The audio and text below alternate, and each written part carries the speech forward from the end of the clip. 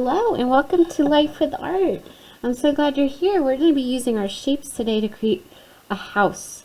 Now I'm going to be using a black crayon and a white piece of paper, and we're going to be doing our shapes and putting those together to make a house. I'm going to be drawing my house, but with your shapes I'd like you to draw your own house. We all live in different kinds of houses. Some of us live in townhouses or apartments or condos or single family homes, and we have all different features in those houses. So I want you to use your shapes to draw your own house. So I live in a townhouse, so I'm going to be drawing my townhouse shape to be a nice tall rectangle to start, because I have 3 levels in my townhouse. So it's the bottom level here is going to be, the middle level will be here, and the top layer is here. I do have a roof that's connected to other houses, but I'm just going to put my roof shape up here, which is a triangle. Okay, so on the bottom level of my house right here, I have a garage, and then I have steps leading up to my front door.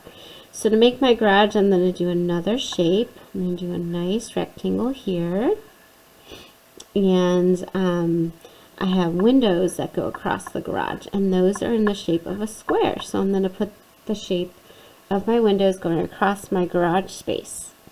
Now I mentioned I have stairs that lead up to my front door, which is about right here in the middle section of my house. So to draw stairs, it's actually pretty easy. You just need to connect some rectangles. You're going to do a larger rectangle at the bottom, and then as you go up the stairs, the rectangles will get slightly smaller.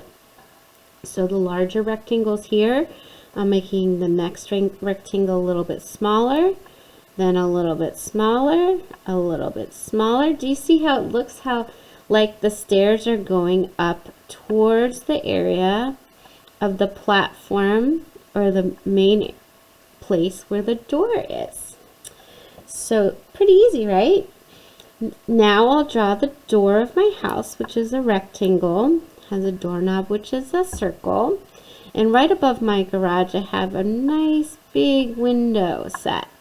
So I'm going to put that in here with the frame of the window, and then maybe some lines to show that it's an actual window. Now above my door I also have a window. It's kind of like a longer rectangle shape, and I'll divide that.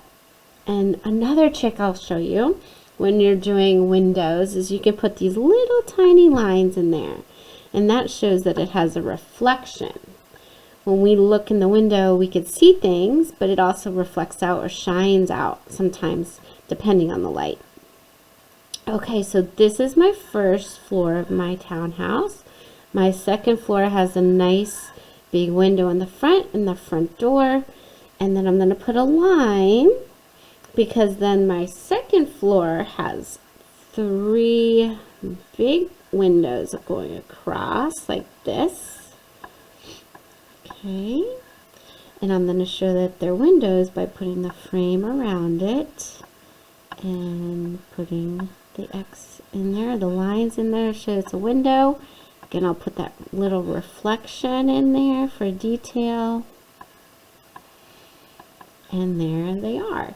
Now, I can also add things to my house. Like, I know the front of my house has bricks, so I could draw those bricks and make it really detailed with that. That gives it some more information that it's a brick townhouse. So I'm going to draw the lines for my bricks, and you could do that too. You might have siding that's on your house, so you can draw the lines for the siding of your house.